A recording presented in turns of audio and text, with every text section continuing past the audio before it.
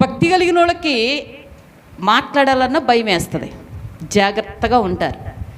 భక్తిహీనులు ఆదివారం మందిరానికి వస్తారు, ఇంటికి వెళ్ళిపోయిన తర్వాత అందరి మధ్యలో ఏకమైపోయి వాళ్ళు ఏం మాట్లాడతారు, ఇది అదే మాట్లాడతారు.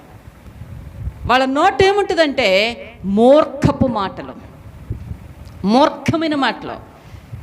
ఎక్కువగా చండాలకు మాట్లాడారనుకోండి, అర్థం లేకుండా మాట్లాడారనుకోండి, అప్పుడు వారిని ఏమంటాం మనం? వీడు పెద్ద మూర్ఖుడు, వినే రకం కాదు, చెప్పినా మారే రకం కాదు, వీడు పెద్ద మూర్ఖుడు, అమ్మాయినైతే ఇది పెద్ద మూర్ఖురాలు అని చెప్తాం. అయితే భక్తిహీనులకుండే రెండవ లక్షణం ఏమై ఉంది? మూర్ఖపు మాటలు. మూర్ఖపు మాటలు, అర్థం లేని వాగుడు, అర్థం లేని మాటలు, అర్థం లేని వాగుడు వాగి వాళ్ళు భక్తిహీనులైపోతూ ఉంటారండి.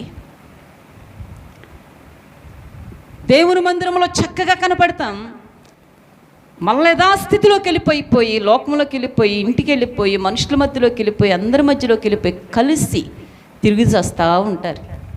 ఈ భక్తికి అర్థం ఉండదు.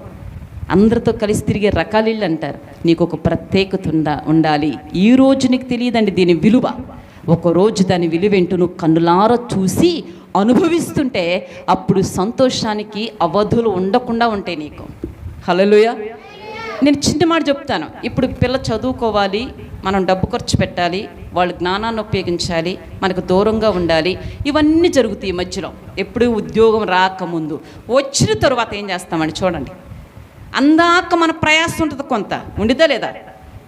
చదువుకు ఖర్చు పెట్టాలి, వాళ్ళు దూరంగా ఉండాలి హాస్టల్ అయితే, లేకపోతే రోజు వాళ్ళకు ఉండి పెట్టాలి, ఇంత శ్రమ ఉంటుంది. వాళ్ళు ప్రయోజకులు అవ్వాలంటే ఒక రోజున ఒక స్థితికి రావాలి అంటే వాళ్ళకు ఉద్యోగం వచ్చినప్పుడు మనకెంతో దీని వెనుకున్నటువంటి ఆ కష్టం కూడా గుర్తుకు రాకుండా మనం సంతోషపడతాం. అవునా కాదా? దీని ఫలం ఒకరోజు నువ్వు చూస్తావు.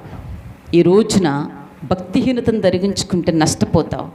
భక్తి కలిగిన బిడ్డగా నువ్వు జీవిస్తే దేవుని నుంచి మంచి ప్రతిఫలాన్ని నీవు నేను అందరము అనుభవిస్తాం.